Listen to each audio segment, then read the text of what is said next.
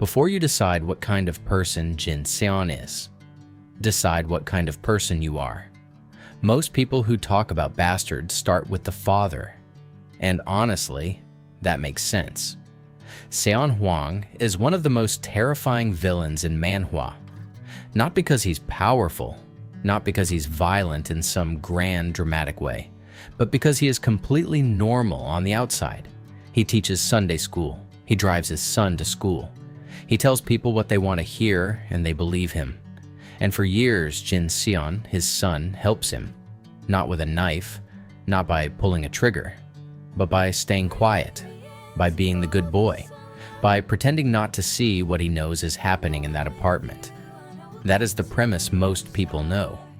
But here's what I want to talk about today, because I think most analyses of this manhwa stop too early.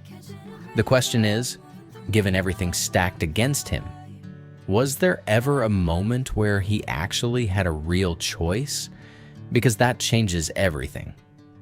What Jin actually did and didn't do. Let's be specific about what we're talking about. Jin didn't kill anyone. That matters, but it's not the whole picture. What he did was provide cover. He was the alibi, the normalcy, the family portrait that made Seon look like a regular man. When his father brought a woman home, Jin knew. When those women disappeared, Jin knew. He didn't ask where they went. He kept his eyes down and went to school the next morning, for years.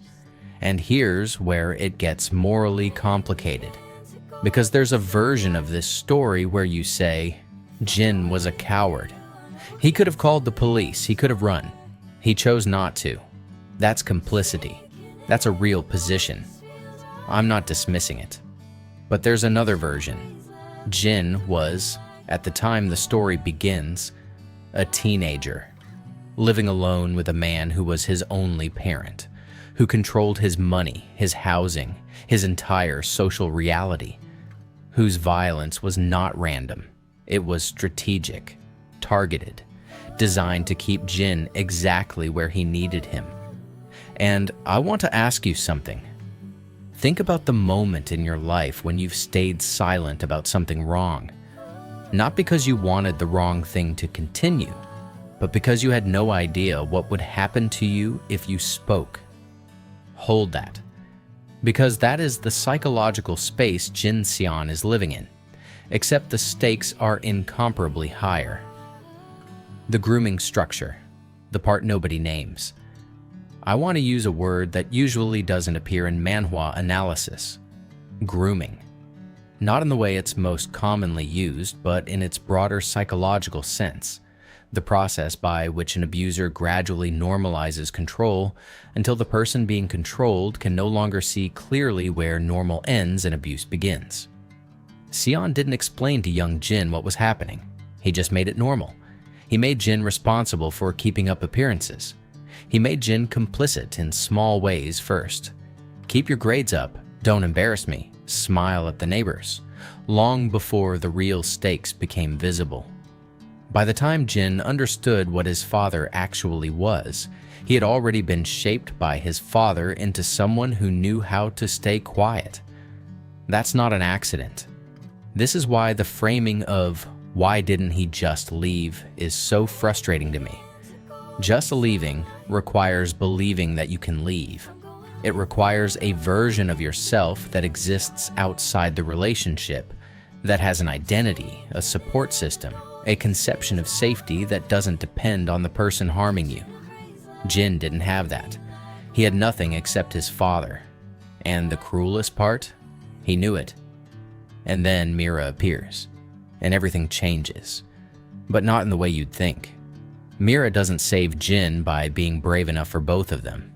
That would be a much simpler story, and a worse one. What Mira does is give Jin a reason to imagine a version of himself that isn't just survival. That's different, that's bigger. Because here's something the manhwa understands that a lot of stories don't. You don't change because someone shows you what you're doing is wrong. You already know.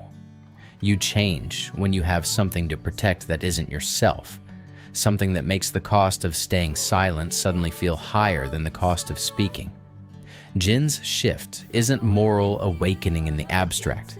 It's concrete. It's, I will not let what happened to those women happen to her. And that, for me, is where the Manhwa is doing something genuinely sophisticated. Because it doesn't ask you to forgive Jin for the years before Mira. It asks you to understand that those years are why this moment costs him so much. Earlier, I asked whether Jin ever had a real choice. Here's my honest answer: yes and no. And the reason it's both is the reason this Manhwa is worth analyzing. In a strict external sense, Jin could have walked into a police station. Legally, technically, that option existed. But the moment you say that, you have to ask, and then what? A teenager accuses a beloved, respected, socially connected adult man of being a serial killer, with no physical evidence that he himself collected, because he was never allowed to see any, with no corroborating witnesses, with a lifetime of conditioning to not say this, to perform the opposite of this. Would you have been believed? Would you have been believed? I keep coming back to that. Because when we ask, why didn't he just tell someone? We're usually imagining ourselves as the person being told, the reasonable adult who would recognize the truth immediately. But we're more likely, statistically, to be one of the neighbors who had no idea, one of the people Seon charmed. Jin's silence wasn't just fear. It was an accurate read of how the world actually works for people in his position. That's the uncomfortable part. Earlier, I asked you to think about a time you stayed silent, not about something as extreme as this. I'm not making that comparison. But that space, the moment where you knew something was wrong and you calculated whether speaking would cost you more than staying quiet, that calculation is human.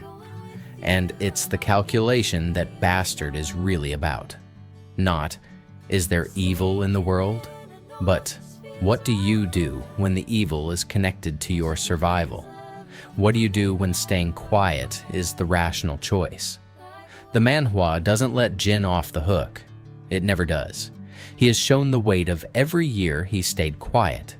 But it also refuses to present any alternative version of him. Some braver Jin, some freer Jin, without also asking whether that version could have existed given what Seon built. That's the real question. Not, was he evil? But, were the conditions that produced him also conditions that produce the rest of us, just under less extreme pressure? What Seon Hwang tells us about evil, we actually recognize. I want to spend a minute on the father, because the way Bastard constructs Seon is, in some ways, the most honest portrayal of a certain kind of predatory person I've seen in the genre. The thing about Seon isn't that he hides who he is. It's that who he is when he's performing is completely, genuinely appealing. He's good at listening.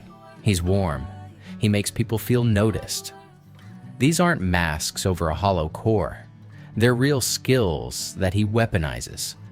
This is why people who encounter someone like Seon in real life, and they do exist, in different registers of severity, often describe the experience afterwards as, I can't explain it. He was so nice, because he was. To them, the Seon that the world sees is real. The Seon that Jin lives with is also real. Both exist in the same person, and that split, that's what breaks Jin's ability to simply name what's happening, even to himself. Visual. Panel where Jin is confronted with evidence of what his father is. Because naming it means also saying, the man who is the only thing I have in the world is a monster, and your brain will resist that for a very, very long time. What Jin's arc is actually about. By the time Jin acts, really acts, he has already paid a price that most protagonists in Manhwa never pay. He doesn't get to be a clean hero. He doesn't get a backstory where the bad thing happened before he was the protagonist, safely in the past. His guilt is live, ongoing. He carries it in every chapter, and that, I think, is why readers respond to him so strongly, even readers who hold his early complicity against him. because he knows. He never at any point pretends he has clean hands. That's different from most redemption arcs in this genre. Most redemption arcs work by giving the character a moment of sacrifice that retroactively reorganizes everything they did before. Jin's arc doesn't do that. The sacrifice doesn't erase the years. It just means, this is what I'm doing now with what I am. That's a harder, quieter, more honest kind of change. So, is Jin Seon evil? No. But that was never the interesting question. The interesting question is, what does his situation tell you about the conditions that make people complicit in things they know are wrong? What does it say about how control works? Not through brute force, but through dependency, normalization, and the slow erosion of a person's ability to imagine alternatives. What does it say about the difference between moral clarity in the abstract, where you're the one watching a character on a screen, and moral clarity when the cost of acting is everything you have? Bastard doesn't give you a comfortable answer. It gives you Jin, flawed, compromised, genuinely trying, late. And then it points that back at you. Not, would you have done better? But, are you sure? If you want more on Manhwa that actually uses the medium to complicate its characters, I've got an essay on Tower of God that goes deeper into what it means to choose loyalty when the thing you're loyal to is built on a lie.